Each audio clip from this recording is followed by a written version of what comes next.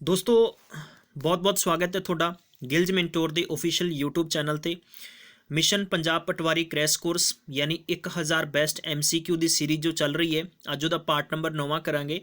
ये 8वां नहीं है बल्कि 9वां पार्ट है। इस तो पहला 8 पार्ट में करवा चुके हैं। कुछ पार्ट MCQ बेस ते ने, कुछ पार्ट ਤੁਹਾਨੂੰ डिस्क्रिप्टिव टाइप समझाए गए ने ताकि ਤੁਹਾਨੂੰ बेसिक जियां गल्लां याद हो जान और बेसिक स्ट्रक्चर सानू एग्रीकल्चर का पता लग जाए।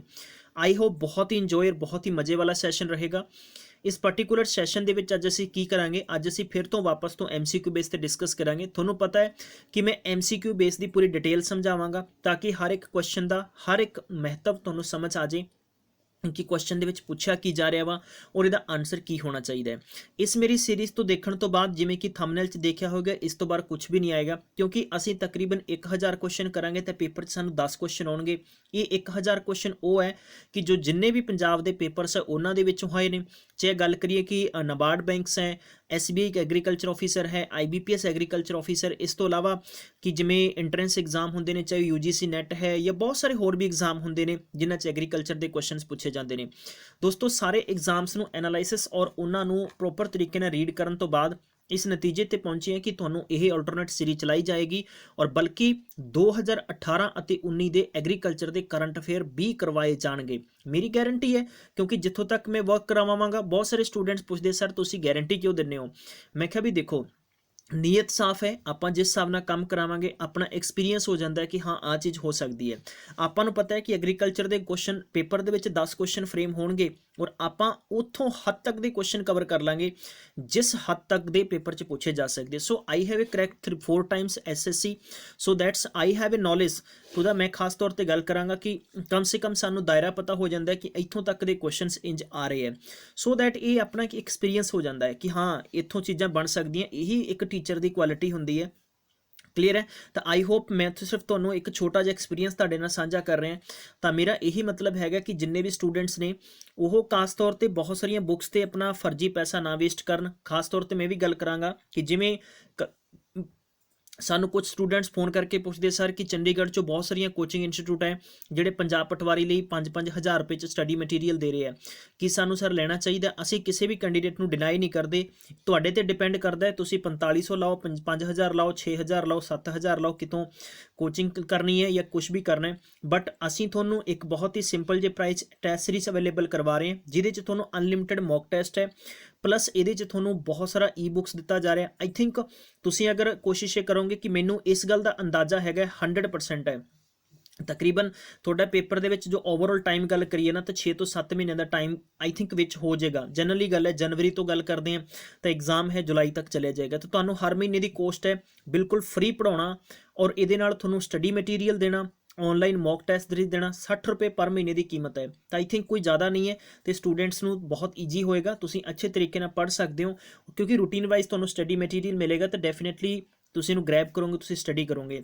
चैनल को सबसक्राइब नहीं किया तो सबसक्राइब कर लो। एक अनाउंसमेंट देना चाहांगा कि पंजाब पटवारी तथा पंजाब कानूगो खास तौर पर याद रखना है कि नैब तहसीलदार बनने तो पहला कानूगो बनना पएगा और कानूगो तो फिर तुसीं नैब तहसीलदार फिर तहसीलदार। उहदे संबंध च रीजनिंग दियां अते मैथ दियां एडिशनल क्लासिस पंजाब कैरियर अड्डा ते शुरू हो चुकी हैं। दोस्तों हुणी जाके चैनल सबसक्राइब कर लो ताकि उत्थे तुसीं सारियां क्लासिस भी देख सकोगे।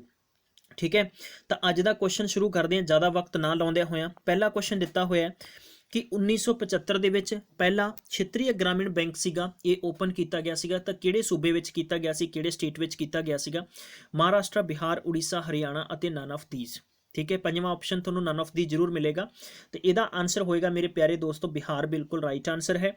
याद रखना है कि किसी भी क्षेत्रीय बैंक को जो RBI यानी रिजर्व बैंक ऑफ इंडिया ठीक है रिजर्व बैंक ऑफ इंडिया यानी बैंकों का प्यो है और खास तौर पर याद रखना जिसका हैडकुआटर ऑलरेडी पता है शक्तिकांत दास दे कौन ने गवर्नर ने।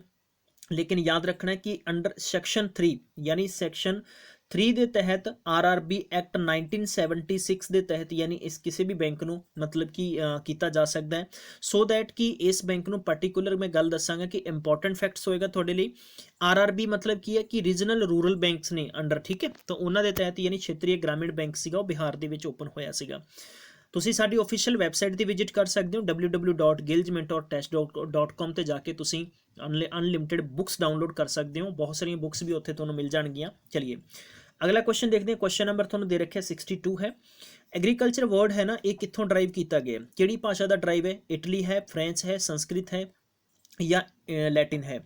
याद रखना ये दोस्तों लैटिन भाषा का अखर है एग्रीकल्चर, ठीक है। और ये आप जे इदों आप मैं थोड़ा दस दिना है कि अगर इसका संधि विच्छेद करते हैं आप, तो एग्री का मतलब की, एग्री का मतलब होंदा या तो होंदा सोल मतलब कि मिट्टी, या आप कह देंगे कि सोयल होने तो बाद आप कह सकते हैं कि लैंड है। दूजा मतलब इहदा हुंदा आ जो अपने को एग्री, और दूजा हुंदा कल्चर, और कल्चर का मतलब की होएगा कि कल्टीवेट या टेंड भी आप कह सकते हैं, ठीक है। तो आई थिंक थोनों ये भी याद रह जाएगा। चलिए नैक्सट क्वेश्चन तुहाडे तो पूछा जा रहा वा कि headquarter global firm on agriculture research. देखो पूरे वर्ल्ड की एक ना फर्म हैगी है, ऑर्गेनाइजेशन है, और इस ऑर्गेनाइजेशन का नाम है global form on agriculture research, ठीक है, जिन्हों आप कहने GFAR तुसीं दसना कि किहड़ी कंट्री विच सिचुएटेड है। दोस्तों बहुत इंपॉर्टेंट क्वेश्चन है, और इसका आंसर तुसीं याद रख लोगे इटली। की याद रखोगे? इटली बिल्कुल राइट आंसर होएगा, ठीक है। याद रखना है कि ग्लोबल फॉर्म ऑन एग्रीकल्चर जो रिसर्च है, इसका हैडकुआटर कित्थे है? इटली दे विच है। पेपर दे विच क्वेश्चन 2-3 बार पूछा गया है, इस करके तुहाडे नाल मैं साझा कीता है, ठीक है।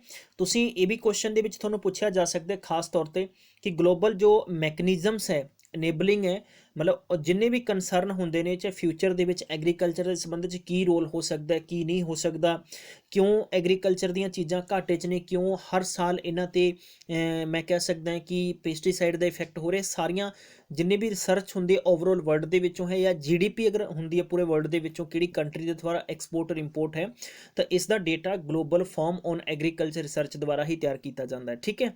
खास तौर पर याद रखना है कि इसका हैडकुआटर कित्थे है? रोम इटली दे विच है। Where is the hosted by FAO, ठीक है, FAO। दोस्तों इंपॉर्टेंट चीज़ां ये मैं थोड़ा सारियां सांझियां दसांगा। जिन्ने भी स्टूडेंट्स मेरे सैशन देख रहे हैं, तुसीं खास तौर पर इस सैशन दे विच ये चीज़ नोट रखा करो कि नोट जरूर करो हर चीज़ नूं, ताकि तुसीं सारे फैक्ट्स प्लीज़ याद रख सको, ठीक है, क्योंकि एग्जाम के पॉइंट ऑफ व्यू नाल ये भी चीज़ां बहुत जरूरी है, ठीक है। हाँ जी दोस्तों, बिल्कुल बिल्कुल तुहाडे कमेंट्स मैं देख रहा। यह 1966 ਦੇ ਵਿੱਚ दोस्तों बनाया गया ਸੀਗਾ, ये भी तुसीं याद रखना है। 1966 तुसीं नोट रख सकते हो, 1966 है। और ਇਹਦਾ पर्पज की है कि एग्रीकल्चर रिसर्च जो है ना, मतलब इनोवेशनस ਦੇ संबंधित तैयार करना। और बाकी ਤੁਹਾਨੂੰ मैं डिटेल ਇਹਦੀ ਦੱਸ ਹੀ ਦਿੱਤੀ ਹੈਗੀ ਹੈ, ਤੁਸੀਂ बहुत बेहतर तरीके ਨਾਲ ਇਹਨੂੰ जान चुके होंगे। चलिए आई थिंक अगले क्वेश्चन ਤੇ डिस्कस करना चाहिए सानू। चलिए नैक्सट क्वेश्चन देख लेने ਆਪਾਂ।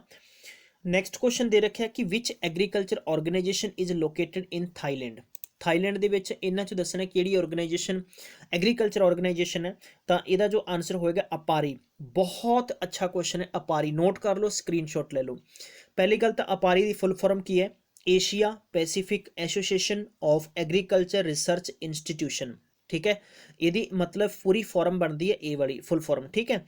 बेसिकली ये बारे होर डिटेल की है कि मैं कह सकता कि ये पॉलिटिकल नहीं है, बल्कि ए पॉलिटिकल नैचुरल फॉर्म हैगी है नैशनल एग्रीकल्चर रिसर्च सिस्टम, जिन्हों आंस भी आप नार्स भी कहने हैं, ठीक है। तो एशिया पैसीफिक रीजनस है ना, सारे वास्ते है। और खास तौर पर दसना चाहवागा कि यदा हैडकुआटर कित्थे लोकेटेड कित्थे है, तो थाईलैंड बैंकॉक, ठीक है। बैंकॉक के सारिਆਂ ਨੂੰ याद रखेगा बैंकॉक, ठीक है। बैंकॉक थाईलैंड ਦੇ ਵਿੱਚ है, ठीक है। आई थिंक ਤੁਹਾਨੂੰ ਇਹ भी क्लीयर हो गया होगा। चलिए नैक्सट क्वेश्चन, जो क्वेश्चन तुहानूं समझ आ रहे हैं तो बस यार तुसीं कमेंट च लिखना आहो, और शेयर करते चलिया करो। बस शेयर करने कोई कमी शमी नहीं होनी चाहिए, ठीक है। धूड़ा ठा दिया करो, कोई कमी ना छड्डिया करो बस, ठीक है। मैनूं ये गल्लां चंगियां लगदियां, मैनूं चंगा नहीं लगता। सच गल पुछो कहना बार बार यार स्टूडेंट शेयर कर दो, शेयर कर दो, शेयर कर दो। टीचर नूं बस इक्को चीज़ चाहिए है, जरूरी नहीं है कि एग्रीकल्चर है, तुसी मैंशुरेशन की क्लास है, इंग्लिश की क्लास है, चाहे वो GK की क्लास है, कंप्यूटर की क्लास है, अकाउंट्स की क्लास है, तुसी ये सोचो भी तुहाडी वजह नाल घट्टो घट्ट जिहड़े हज़ारां स्टूडेंट्स तक इनफॉर्मेशन जानी बहुत जरूरी है, ठीक है।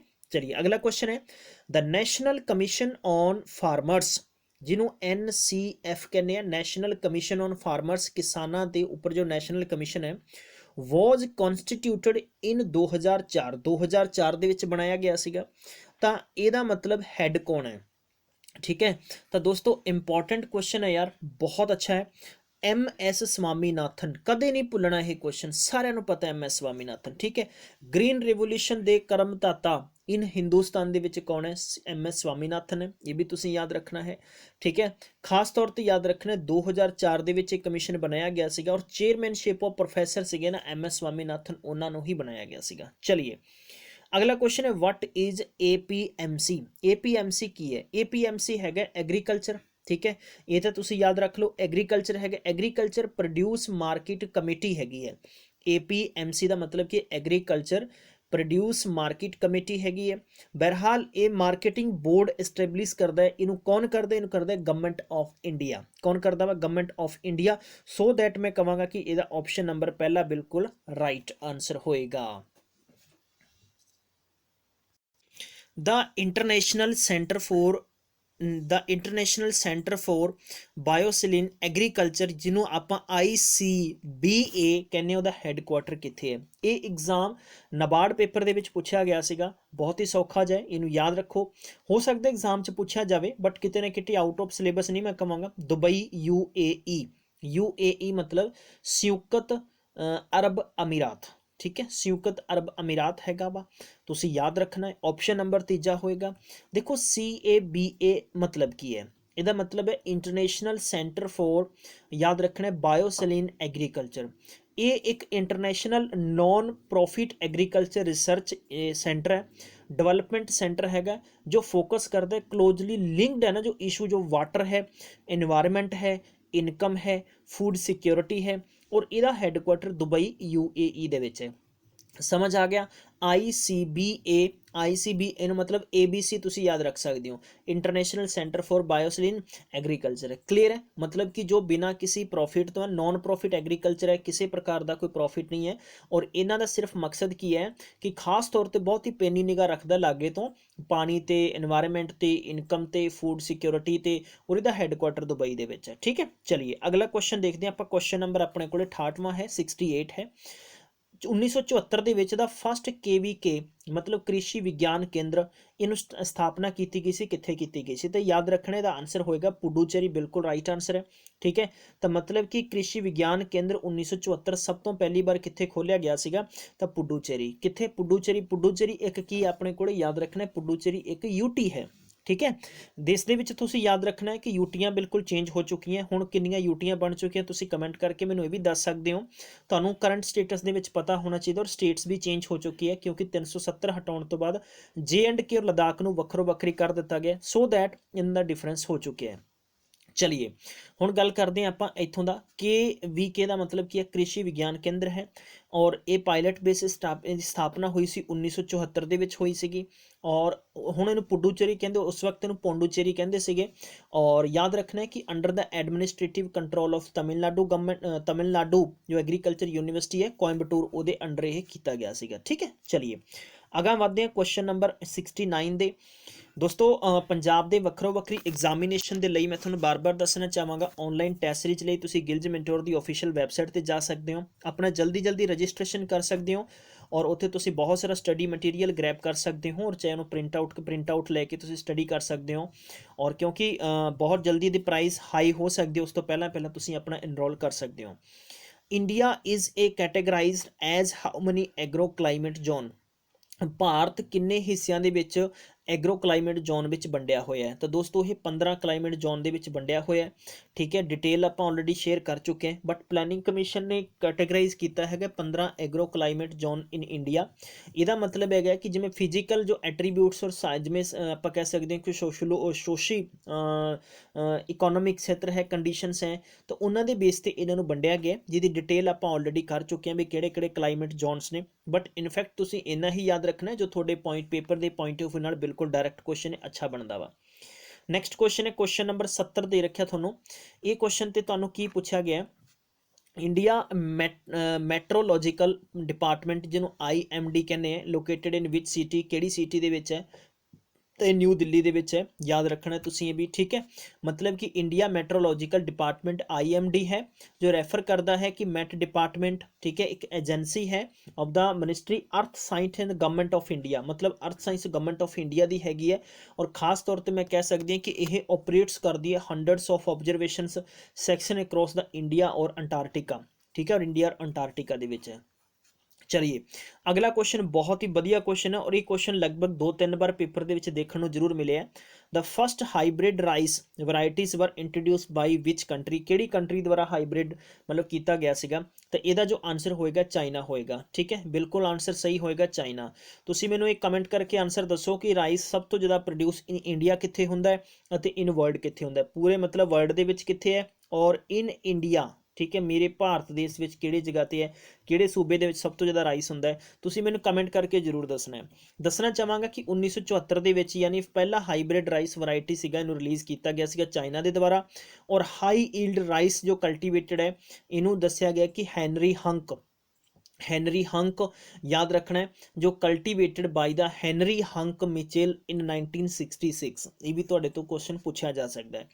चलिए भाई विद्वान मित्रों अगला क्वेश्चन देखते हैं आप, dash dash dash is the rice, ठीक है, इन फ्लोरेंस बारे तुहाडे तो पूछा गया है, ये बारे तुसी सही आंसर देना, तुहाडा की कहना है। तो बिल्कुल सिंपल जा आंसर है, ठीक है, तो तुसी कह सकते हो कि पैनिकल बिल्कुल राइट आंसर है। पैनिकल ऑप्शन नंबर तीजा होएगा, पैनिकल, ठीक है, पैनिकल ऑप्शन नंबर तीजा बिल्कुल राइट आंसर होएगा।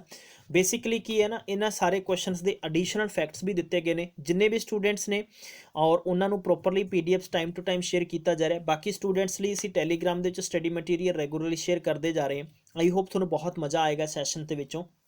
चलिए नैक्सट क्वेश्चन है 73 नंबर क्वेश्चन पूछा जा रहा है, rice flour is also known as, rice flour नूं की किया जाता वा, ठीक है, तुसी याद रखना है कि इसनूं की कहंदे, इहनूं कहंदे स्पाइकेलेट, ठीक है, की कहंदे ने स्पाइकेलेट, ऑप्शन नंबर तीजा बिल्कुल राइट आंसर होएगा, स्पाइकेलेट ऑप्शन नंबर तीजा होएगा।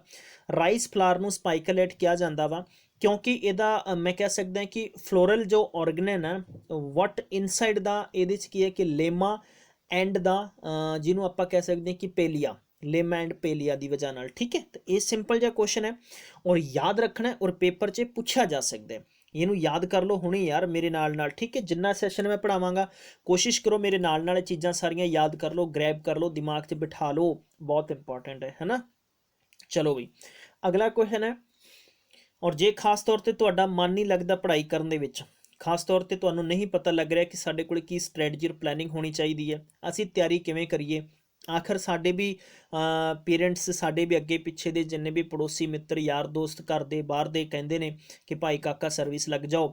तो दोस्तों तुहानूं बार बार मैं चीका मार के कह रहा पढ़ लो, और इहदे लई कल मोटिवेशनल एक स्पीच दिता गया सीगा, प्लीज़ जे तुसीं नहीं देखिया तो जरूर देखो यार, तुहानूं डेफिनेटली तुहाडा कॉन्फिडेंस बूस्ट होएगा और तुहानूं बहुत सारियां चीज़ां उत्थों सीखण नूं जरूर मिलणगियां। Who is the father of hybrid rice, hybrid rice का फादर कौन है। ये क्वेश्चन बहुत इंपॉर्टेंट है, very very very important question है, ठीक है। हाईब्रिड फादर बल्कि हाईब्रिड राइस का फादर कौन है, तो यदा ऑप्शन नंबर तीजा होएगा, याद रखना है, यॉन लॉन्गपिंग, याद रखना है लॉन्गपिंग, ठीक है, यॉन लॉन्गपिंग, तो लॉन्गपिंग है ना, ठीक है, वो कौन ने हाईब्रिड राइस के फादर ने, हाईब्रिड राइस के फादर कौन है, यॉन लॉन्गपिंग, ऑप्शन नंबर तीजा होएगा, इनू याद रखना है। गल करते हैं कि at the present time Yon Hongling the father of hybrid rice है, ठीक है, बहुत ही फेमस है, इन्हें रिसर्च किया सी हाईब्रिड राइस ते, कदों की गल हैगी है 1970 विखे, 1970 दे विच, और इन्हों ने बनाया सीगा कि सेमिनल जिवें डिस्कवरी की सी of the genetic basis of heterosis of in rice, तद करके इनू कहा जाता है फादर ऑफ हाईब्रिड राइस। लेकिन अजकल तो आप भी देखा कि प्लास्टिक दी चीज़ां बहुत सारियां बन जांदियां, बट ये भी चाइना तो बनती हैं, थोड़ा पता होएगा हरकतां सब तो ज़्यादा उधरों ही होंदियां। और चलिए अगला क्वेश्चन करते हैं, in India which type of rice is cultivated, मतलब भारत दे विच किस तरीके का राइस कल्टीवेटेड किया जाता है। तो याद रखना इंडिया मीनस है इंडिका, बस चुपचाप अखां बंद करके इंडिका वाला टिक करके आ जाओ, तो आंसर बिल्कुल सही हो जाना, ठीक है, बिल्कुल बिल्कुल वेरी गुड, बहुत अच्छे, शाबाश गाइज। और जैपोनिका जापान दे विच है, और जो कि अपने तो पूछा गया ना ऑप्शन नंबर है कि एसिटिका एशिया दे विच, और इंडिका है वो इंडिया दे विच है, ठीक है।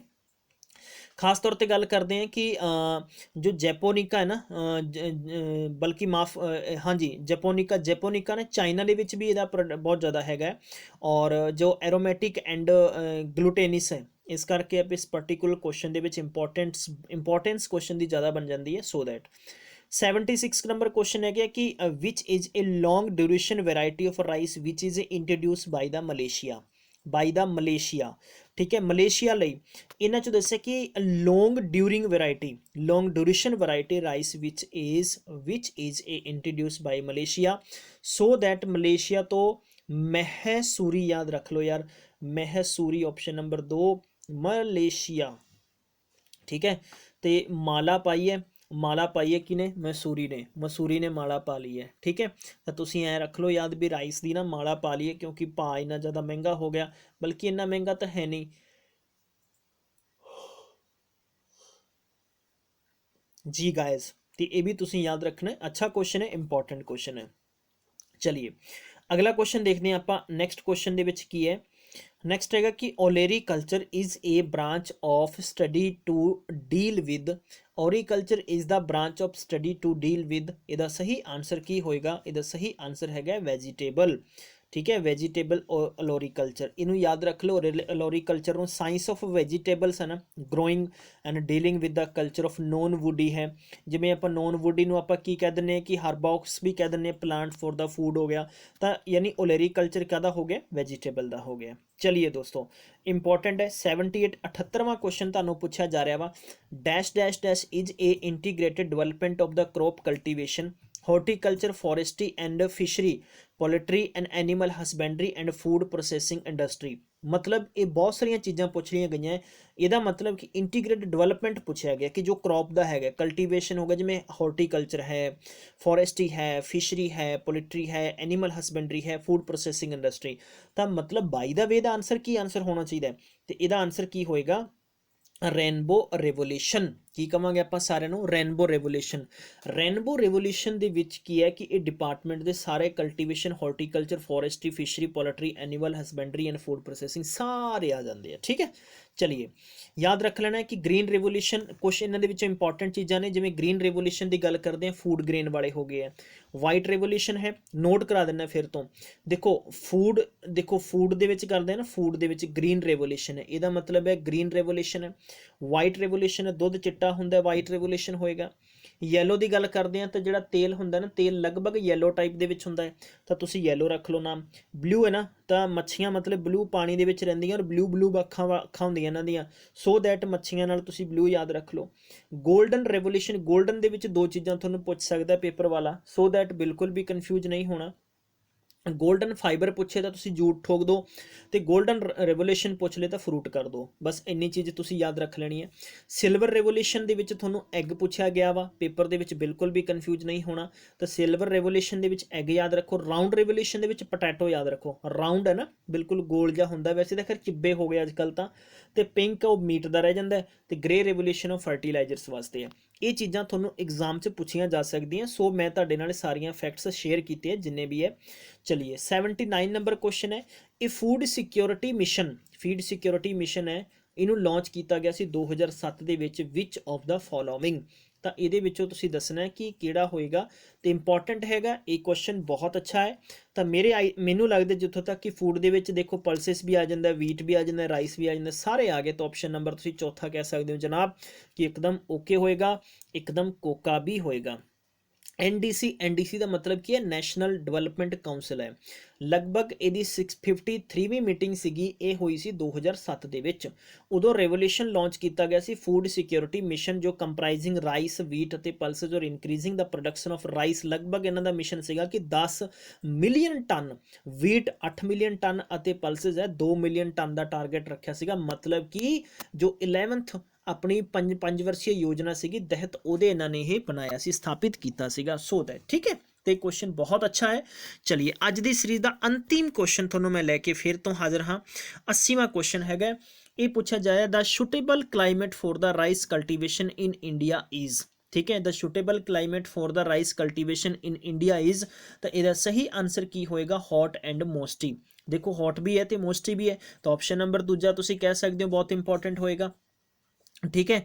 और ख़ास तौर पे याद रखना कि rice is the staple crop of India and it grown well in hot and moisty climate है। And geographical conditions for the rice cultivation are, जिवें टैंपरेचर कह सकते हैं ਆਪਾਂ 16.6 डिग्री तो लैके 27 डिग्री सैल्सीਅਸ तक है। और रेनफॉल की गल करते हैं तो इत्थे 100 सेंटीमीटर तो लैके घट्टो घट्ट 200 सेंटीमीटर तक है। ये ideal for the rice growing वास्ते है। वापस तो याद रखना 16 डिग्री सैल्सीਅਸ तो लैके 27 डिग्री सैल्सीਅਸ तक टैंपरेचर मन्निया जाता है। तो रेनफॉल लगभग 100 सेंटीमीटर तो 200 सेंटीमीटर की जो आइडल बरखा है ये वास्ते बड़ी ग्रोइंग फायदेमंद है। दोस्तों अज का सैशन किवें लग्या, मैं पूरी कोशिश की है तुहानूं सारे क्वेश्चन की डिटेल वाइज और बड़े प्यार मुहब्बत नाल सारियां चीज़ां टीच करा, और मैं पूरी कोशिश की है। आई थिंक बड़ा मज़ेदार सैशन होया होएगा। तुसीं अपना बेशकीमती समय दिता, इसलिए मैं तुहाडा शुक्रिया करांगा। Thank you so much and ख्याल रखो, पढ़ते रहो तो तैयारी करते रहो, हौसले बुलंद रखो तो सैशन शेयर कर दो। ठीक है, धुआं ठा दो, नेरी ठा दो, बस कमेंट करके बस लिख दो आहो समझ आ गया। तो मिलते हैं फिर नेक्स्ट। ठीक है, तुहाडा दिन बहुत चंगा होवे, बहुत बहुत बहुत बहुत चंगा होवे। ठीक है, थैंक यू सो मच।